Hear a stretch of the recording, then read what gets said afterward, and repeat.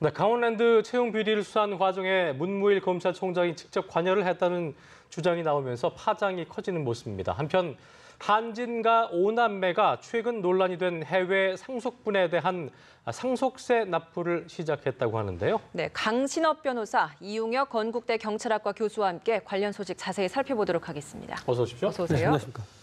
네, 자, 안면 검사가 어제 그 기자회견을 갖고 강원랜드 수사 외압 의혹을 처음으로 밝히면서 여기에 이제 문무일 검찰총장의 개입이 얘기가 나오면서 좀 논란이 되고 있는 상황인 건데요.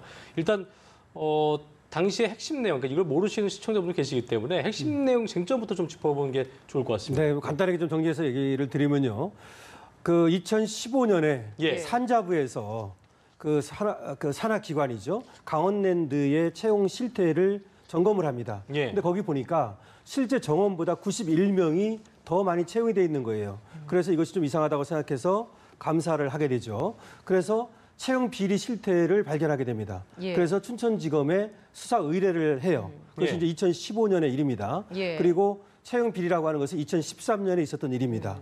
그랬는데 2015년에 춘천지검에서 그때 이제 수사를 해가지고 당시에 강원랜드 사장이던 최용집 사장 그리고 인사팀장만 불구속 기소를 하는 선에서 수사가 마무리가 됩니다. 예. 그런데 그 이후에 2015년에 그 다시 그 감사원에서 그 이후에 말이죠. 예. 또 그 공공기관의 채용 실태 요것들을 점검하다가 또 역시 채용 비리가 있다는 것을 발견하게 되죠. 그래서 그리고 그 당시에 이제 수사가 제대로 안 됐다고 봐가지고 이번 감사원에서 이번에는 춘천지검에 다시 수사 의뢰를 합니다. 그래서 춘천지검에서 그때가 이제 이영주 춘천지검장 지금 나오는 그래서 수사를 해가지고 당시에 이제 최용집 사장하고 그 다음에 염동열 그 의원의 보좌관 이 사람하고 이제 구속이 됐는데 그 당시 이제 권성동 의원에 대해서는 조사가 안 됐던 거죠. 이제 그렇고 나서 이제 이번에 다시 이제 문제가 돼가지고 그 문제가 된 거는 안미연 검사가 2018년 2월에 들어서 예. 그 당시 외압 의혹이 있었다는 것을 폭로하게 되죠. 그래서 이제 검찰 비리 이번에 이제 검찰에 다시 그 서울 북부지검에다가 강원랜드 채용 비리 수사단이 발족이 되게 된 거죠. 그런 과정이 이제 먼저 있었습니다. 예. 그 과정이 먼저 있고 나서 수사단이 발족이 됐고 다시 정식 수사가 됐는데 예. 또 이렇게 어제 기자회견을 한 이유는 그 이후에 추가적인 외압이 있었다라는 주장 아니겠습니까? 그렇죠. 두 가지를 얘기한 거죠. 안면 검사가 얘기했던 건 아까 얘기한 춘천지검에 이영주 검사장이 있던 그 당시에 수사 외압이 있었다는 거 하나고요. 예. 그다음에 이번에 다시 서울 북부지검에 다시 만들어진 강원랜드 채용 비리 수사단 여기에서 이제 권성동 의원을 불러서 구속영장 청구를 하려고 하는데 그것을 막았다고 하는 이 두 가지를 폭로한 거죠. 또 하나는 뭐냐면 대검의 반부패부가 있지 않습니까? 여기를 압수수색을 했습니다. 예. 채용 비리 수사단에서. 근데 그 압수수색을 할 때 당시에 컴퓨터 요거에 대해서는 나중에 하도록 한다든지 뭐 이런 식으로 그 압수수색을 갖다가 방해했다. 이런 몇 가지를 이번에 폭로를 한 것입니다. 그러니까 그 외압이라는 표현을 써서 이제 이것도 이 워딩에 대한 어떤 그 의미도 분분해지고 있는데 어쨌든 검찰 내부의 수장인데도 불구하고 외압이라는 말을 썼다는 것은 어떤 안미연 검사 측에서는 검찰총장 직위를 이용해서 뭔가 좀 부당하거나 아니면 좀 더 과도한 어떤 그 관여가 있었다 이렇게 본 거 아니겠습니까? 어떻게 좀 해석해야 될까요? 그렇죠. 그 안미연 검사 입장에서는 그 수사 검사의 그 입장에서는 예. 이 실체 그 사건의 정당성, 수사의 필요성 이것을 먼저 신경을 쓴 거죠. 왜냐하면 예. 강원랜드 비리 사건이라고 하는 것이 95% 이상 사실 부정한 청탁으로 이루어진 엄청난 그 사건입니다. 예. 그러면 그 배후에 권 의원의 역할 자체가 분명히 있다라고 하는 나름대로의 업무상 확신이 있었던 것 같고요. 네. 그런데 이제 그 총장의 입장에 문무일 총장 입장에서는 그보다는 다른 플러스 알파를 더 가치를 둔 것이 아닌가 이렇게 생각됩니다. 그 플러스 알파가 여러 것이 있겠죠. 만약에 뒤에 있었던 사람이 이 그 권성동 의원이 아니고 다른 의원이었다라고 했을 때 과연 똑같은 판단을 했겠느냐. 예. 왜냐하면 법사위원장 역할을 맡고 있습니다. 이 법사위원장 역할이라고 하는 것은 검찰청을 어떻게 본다면 국회에서 감독, 감시를 할 수도 있고 또 청문회 과정에서 중요한 역할을 사실은 했던 사람이죠. 그런 입장에서 무엇인가 조직의 좋은 의미에서 얘기하면 조직의 발전을 위해서는 무엇인가 이 법사위원장의 마음을 흐트리면 안 되겠다. 마음을 아프게 하면 안 되겠다. 이러한 좋게 얘기하면 정무적 판단. 예. 좀 나쁘게 얘기하면 조직 이기주의. 또 더 나쁘게 얘기하면 자신의 정치적 계산. 이런 것이 아니었겠느냐라고 수사검사는 생각하지 않았겠느냐. 그렇다 본다면 과연 이런 그 총장의 지시를 그대로 따를 수가 있겠느냐. 예. 나는 다른 건 보지 않고 정말 국민만 보고 가겠다. 사법 정의를 보고 가겠다. 이렇게 생각한 것이 수사검사 입장이 아닌가 저는 그렇게 생각을 하고요. 예. 지금 물론 이제 문무일 검찰총장도 이제 그 취임사 과정이었나요? 언론 인터뷰하고 관계해서 나는 국민만 보고 뭐 검찰총장 역할을 하겠다. 이렇게 얘기를 했지만 여기에서의 국민의 의무가 검찰총장은 상당히 다른 거죠. 그러니까 수사검사의 입장과 그 검찰총장의 가장 우선되는 가치의 방점이 서로 달랐다. 그러다 보니까 이것은 외압이다. 이렇게 표현을 하는 것 같고요. 예. 검찰총장은 그 외압이 아니고 나의 주어진 정당한 업무 행위였다. 정당한 수사 지휘였다. 뭐 이렇게 보는 것이기 때문에 저는 그 기준을 이 사건의 그 본질을 보고서 저는 그거 파악을 해야 되지 않겠는가 그렇게 개인적으로 생각합니다. 예.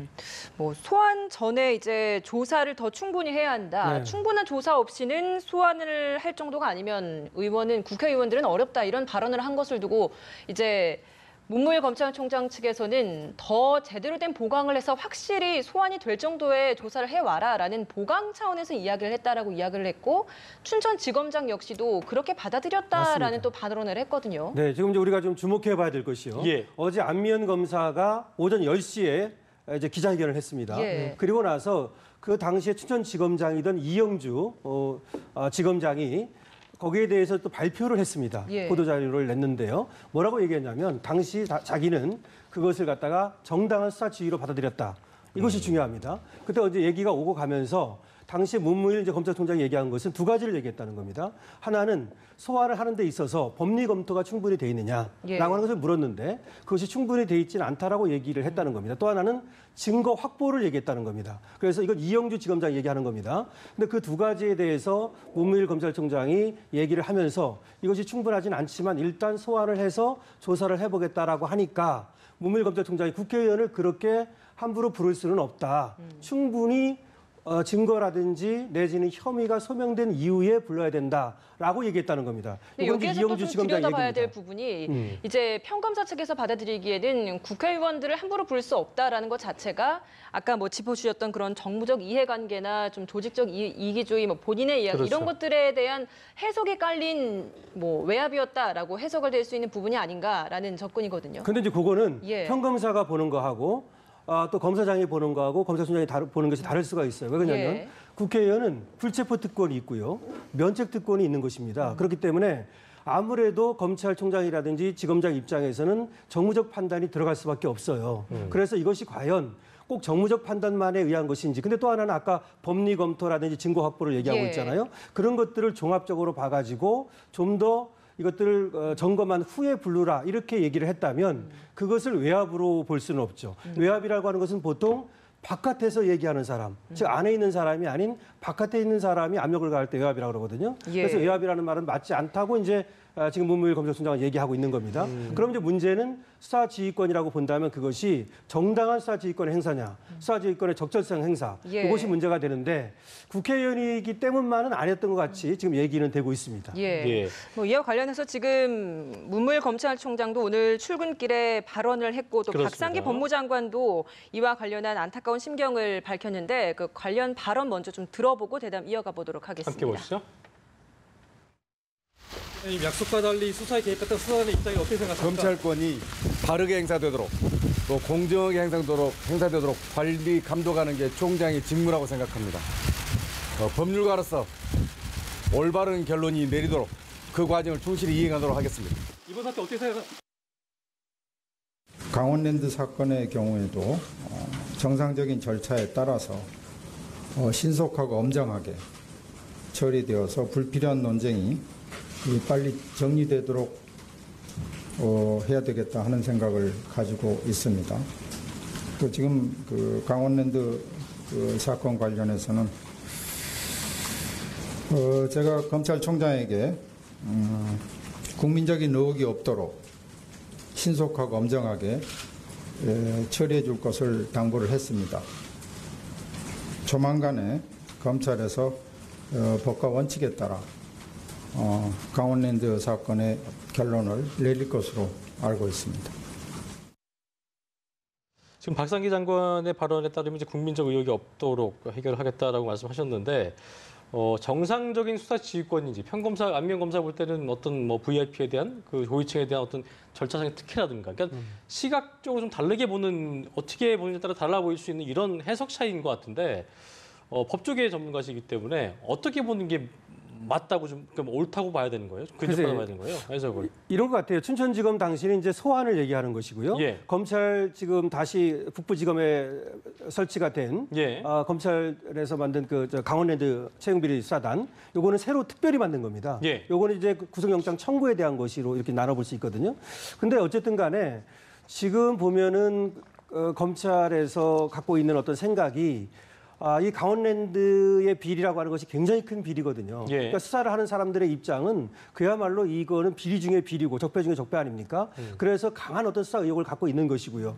근데 이제 그럼 검찰총장이라든지 내지는 상층부에 대해서는 그런 뜻이 없냐? 그건 아닐 겁니다. 예. 다만 여기에서 그 법리라든지 내지는 방법론이라든지 절차라든지 이런 것들을 얘기하는 것이거든요. 네네. 그래서 어쨌든 뭐 법무부 장관도 얘기하시고 또 아까 얘기했던 것처럼 검찰총장은 뭐 검찰권의 행사가 적정하고 바르게 행사되도록 하겠다. 예. 이 말은 다 맞는 말입니다. 예. 근데 이 수사를 임하는 어떤 자세나 의욕 이것이 이제 누가 더 강하냐의 문제죠. 그래서 지금 여기까지 얘기하고 있으면 뭐 수사심의위원회도 나오고 내지는 전문가한테 이 지금 맡겨가지고 법리 검토를 받을 것인가 이런 얘기들이 이제 여기 깔려 있는 것이거든요.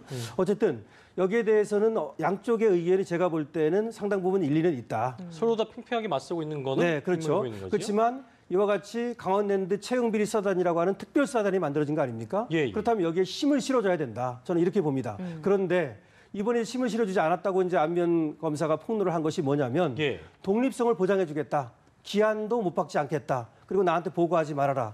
이렇게 얘기해놓고 권성동 의원을 갖다가 소환하는 그 단계에 가가지고는 그때부터 왜 검찰 지휘권을 행사를 하느냐. 예. 그렇다면 권성동 의원이라고 하는 특별한 사람을 두고 뭔가 지금 뭐 법제사법위원장이고 내지는 또 야당의 어떤 도움이 필요하니까 거기서 막힌 것이 아니냐라고 하고 그 어떤 배경이라든지 내지는 그것들을 의심하는 것이죠. 근데 이것들에 대해서는 뭐 조금 더 양측에서 조율을 해야 될 것으로 봅니다. 그렇습니다. 그 부분을 좀 짚어봐야 할 대목이 아닌가라는 생각이 드는 게 오늘 네. 아침 출근길 발언에서도 총장의 직무를 좀 언급을 했습니다. 뭐 바르고 공정하게 행사를 할 수 있도록 관리 감독하는 게 총장의 직무다라고 이야기를 했는데 사실 2월 달에 수사단이 발족이 되면서 총장이 선언을 했던 것이 일절 관여를 하지 않겠다, 보고도 받지 않겠다라는 이야기를 했기 때문에 이게 오히려 총장의 이번에 좌충수가 된 게 아니냐라는 시각이 있거든요.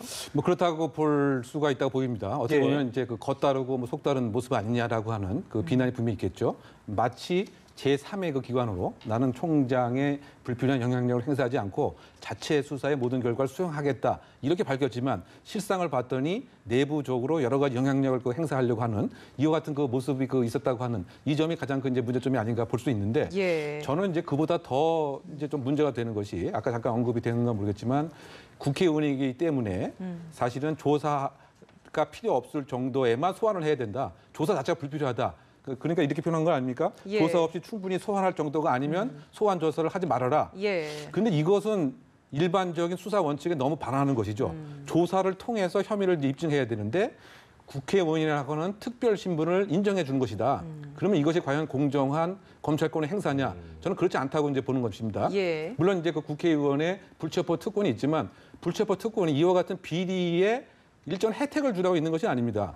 그야말로 국익을 위해서 또는 그 뭐 정부의 여러 가지 압력에 굴하지 않고 일정한 이야기를 할 수 있는 권한을 보장해 준 것이지 이렇게 그 500명 이상의 청탁 95%가 이것을 보장해 주기 위해서 불체포 특권이 있는 것은 아니죠. 그런 측면에서 봤을 때는 제가 가장 큰 이 사건의 문제점은 공정성이다.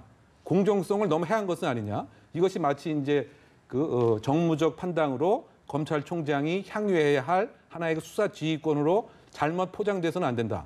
그래서 그 사안의 본질이 이것은 그 국민만 보고서 사법 정의적 측면에서 봐야 되는데 그것이 아니고 법사위원장이다라고 하는 영향력이 있는 인물이 검찰총장의 머리에 또아리를 틀고 있다 보니까 제대로 활동을 못한 것이 아닌가. 그래서 아까 얘기한 자충수도 그와 같은 맥락으로 만든 것이고 그러다 보니까 자충수에 빠지게 되기 때문에 지휘권에 대한 상실뿐만이 아니고 리더십에 대한 타격을 입은 뭐 이런 셈이 아닌가 생각이 되고요. 또 이 강원랜드 사건이 지금 뭐 한두 달 된 것이 아니고 거의 뭐 3년 이상이 되는데 예. 지금 법무장관이 하는 얘기가 신속하게 처리하겠다. 국민의 그 의구심이 없도록 하겠다. 3년 동안 뭘 하고 있었다라고 사실 하는 이미 점이죠. 끝나야 했을 그렇죠. 사안이죠. 꽤 길었다는 그 지적도 있거든요. 네, 바로 그 점이 공정하고 신속하게 사용돼야 될 그 검찰권이 그것은 2차, 3차적 기준으로 후순위로 물리고 과연 1차적 기준이 뭐냐? 법사위원장에게 무엇인가 계속 인간적인 관계를 얻고 그래서 검찰 조직이 발전해야 되겠다라고 하는 이런 생각이 정무적 판단으로 포장되어서는 되지 않는가? 이것이 바로 수사검사, 지금 그 안 검사의 입장이 아닌가 저는 그렇게 한번 해석을 해봅니다. 수사단 발족 당시에 관여하지 않겠다 했다가 발언과 다른 스탠스를 최근에 보였다. 그러니까 그러니까 법조인 관점에서 보실 때 사안에 따라서 조율을 위해서 앞선 발언과 좀 다른 어떤 뭐 개입이라든가 이런 게 있을 수도 있는 건지라고 하는 입장에 대해서 어떻게 좀 보고 계세요? 글쎄요, 제가 뭐 실체를 정확히는 알지 못하니까요. 다만 이건 지켰어야 된다고 봅니다. 왜냐하면 그 수사단을 발족한 특별한 이유가 있는 거 아닙니까? 예. 첫 번째 수사했다가 제대로 안 됐고 두 번째 수사했다가 또 제대로 안 됐다고 봐가지고 그 다음에 이렇게 이제 수사단을 발족한 겁니다. 예. 그것도 이제 광주지검장, 양분함 광주지검장을 특별히 이제 여기 수사단장으로 모셔가지고 이렇게 한 건데 그런 상태에서 이제 어쨌든 검찰총장이 약속을 했단 말이죠. 이 약속은 수사단에 대한 약속인 동시에 국민에 대한 약속이죠. 예. 그래서 지켰어야 좋은데 다만 거기서 이제 이렇게 얘기를 합니다. 수사를 해왔는데 법리 검토 같은 것이 충분히 좀 안 된 것 같았더라. 또 하나 무슨 얘기하냐면 이 수사단에서 먼저 수사심의위원회를 열어달라고 요청을 했다. 그러니까 먼저 개입을 한 것이 아니라 그쪽에서 요청을 해서 그래서 개입하게 됐다. 뭐 이렇게 얘기는 합니다. 그래서 실체가 무엇인지는 정확히 알지 못하지만 어쨌든 간에 개입을 안 했더라면 좋았을 텐데 이 개입이 돼가지고 이와 같이 이제 분란이 벌어졌단 말이죠. 예. 그래서 앞으로라도 여기서 이제 문무일 검찰총장이 더 이상 여기에 대해서 수사 지휘권을 행사하지 않겠다고 얘기하고 그래서 양분함 검사장 체제로 해가지고 수사단장이 이 나머지 지금 강원랜드 채용 비리에 대한 실체를 밝히고 그리고 뭐 기소를 하고 이것이 이제 중요해 보인다. 저는 이렇게 봅니다. 예. 네, 강원랜드 수사 문제와 관련해서는 뭐 그런 앞으로 된 철저한 조사와 제대로 된 검증이 필요하다라는 이야기를 좀 정리를 해볼 수 네. 있겠습니다만 이게 또 검찰 내부에 이제 조직 기강이 해이해진 것 아니냐라는 또 지적까지 나오고 있는 대목이거든요. 이게 예. 평검사가 검찰총장에 대해서 직무유기나 뭐 이런 식으로 이제 외압을 행사했다라는 폭로를 한 게 사실 굉장히 이례적인 상황이기 때문에 여기에 대한 접근도 있습니다. 그렇죠. 특히 그 검찰 조직의 그 특징이 법원 측에 나와 있듯이 검사 동일체의 그 원칙입니다. 마치 하나의 유기체처럼 똘똘 뭉쳐서 움직이는 가장 특징을 보여주고 있는데 그것이 지금 와해되고 있는 상황으로 보는 측면에서는 항명이 아니냐. 뭐 이렇게도 볼 수가 이제 있겠죠. 예. 근데 이것을 우리가 그 조직 사회학적으로 보게 되면 조직에 있어서의 그 수직적 문화가 어느 시점에서부터 검찰도 수직적 문화로 문화 변화가 일어나는 것은 아닌가 저는 이제 그런 해석을 합니다. 즉 바꿔 얘기하면 검찰 동일체의 그 원칙보다 그 더 중요한 것이 예. 나의 업무에 있어서는 내가 책임을 지고 표현을 하겠다. 이것이 인정되지 않는 것에서는 무엇인가 그 부당한 짓이라고 생각을 하는 이런 변해가고 있다. 예, 예. 젊은 검사들의 생각이 좀 바뀐 것은 아니냐. 조직 문화의 하나의 그 변동이 아니냐. 그러니까 컬처 시프트, 문화 이동으로 저는 이제 해석을 이제 하는 이런 입장인데요. 예. 뭐 그런 측면에서 그 봤을 때는 그러니까 앞으로의 그 검찰의 그 발전과 개혁이라고 하는 측면에서는 사실은 긍정적인 신호가 아닌가 이렇게 생각할 수가 있습니다.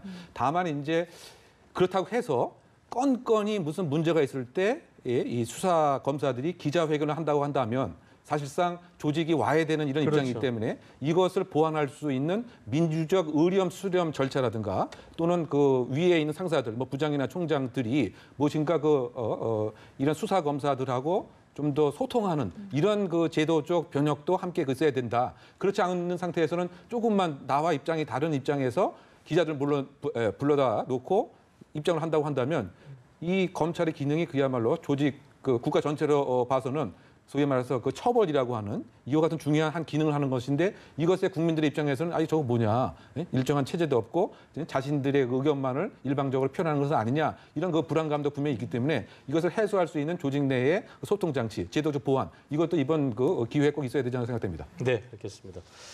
주제를 좀 바꿔서요. 한진과 얘기를 좀 해보겠습니다. 국세청이 작년 말부터 그 진행했던 세무조사 과정에서 한진과의 상속세 탈루 혐의를 포착했는데 한진가가 탄로 사실을 통보받고 올해 1월에 상속세 수정 신고를 했다고 그래요. 일단 오남매가 낼 상속세, 가산세 상당한 것으로 알려지고 있는데 어느 정도인지 규모부터 좀 짚어볼까요? 네, 지금 원래 뭐 2002년에 조중훈 회장이 이제 작고를 하지 않습니까? 예. 그리고 나서 그 당시에 어쨌든 조중훈 회장 그 오남매인데요. 당시에 상속세를 냈어요. 예. 근데 문제는 스위스라든지 프랑스에 있는 부동산이라든지 예금 이런 것들에 대해서 상속세를 내지 않은 겁니다.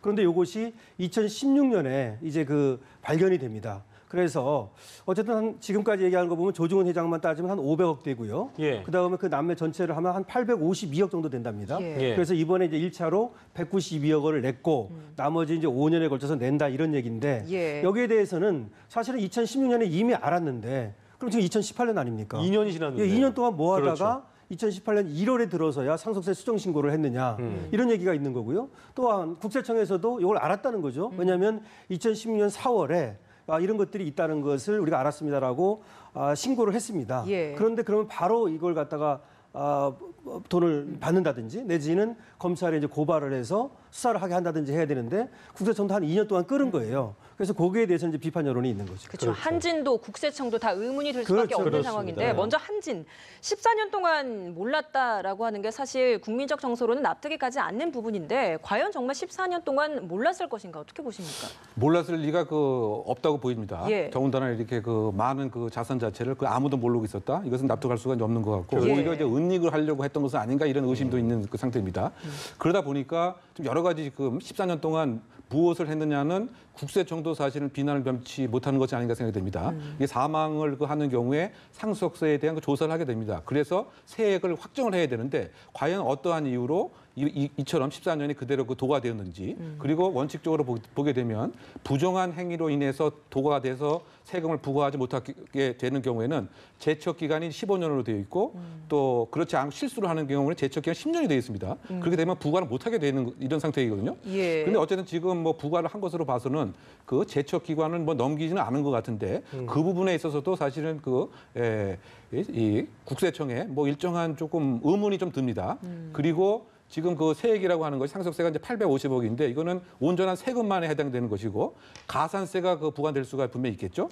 가산세는 아직 확정이 된 것 같지는 않습니다. 이거를 일부러 알고 있음에도 부정적으로 신고를 안 한 경우에는 가산세가 거의 60%까지 증가할 수가 있기 때문에 예. 지금 어떻게 본다면 세금 850억 먹지 않게 거기에 60%가 그렇죠. 더 붙을 수도 있습니다. 그럼 예. 가산액이 거의 그 정도가 되기 때문에 이 부분에 있어서도 조금 더 정확한 좀 조사가 있을 필요가 있지 않는가 생각됩니다. 그 부분은요. 예. 원래 500억 했는데 가산세를 붙여서 850억이 된 것 같아요. 20% 예. 정도 이렇게 하면은 처음에 500억이라고 얘기를 했었거든요. 그래서 지금 나오는 얘기는 상속세 및 가산세 이렇게 얘기는 나오고 있습니다. 예. 그래서 852억이고 그 중에서 1차로 192억을 냈다. 얘기는 그렇게 나오고 있습니다. 알겠습니다. 조현민 전 전무에 의해서 네. 물컵이 엎어지지 않았다면 그렇습니다. 예, 2년 뒤이지만 이번에 이렇게 불거지지 않았다면 늑장 대응과 과주 경쟁이라는 말조차 지금도 나오지 않지 않았겠느냐 이런 그렇죠. 비판도 있더라고요. 사실은 그것 때문에 이것이 불거졌지 그렇지 않았으면 불거지지 않았을 것으로 그렇습니다. 보이거든요. 그리고 국세청에서도 2016년에 이 조중훈 조양호 일가가 어쨌든 신고를 했다는 겁니다. 2016년에.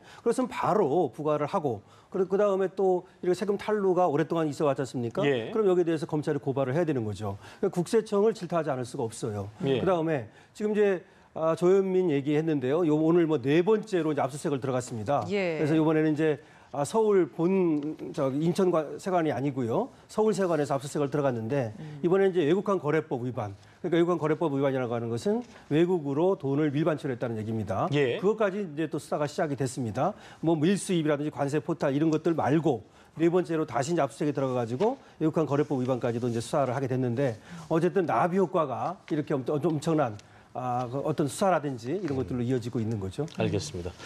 자, 지금까지 강신업 변호사 그리고 이웅혁 건국대 경찰과 교수와 함께 주요 사건 이슈들 자세히 짚어봤습니다. 오늘 말씀 고맙습니다. 고맙습니다.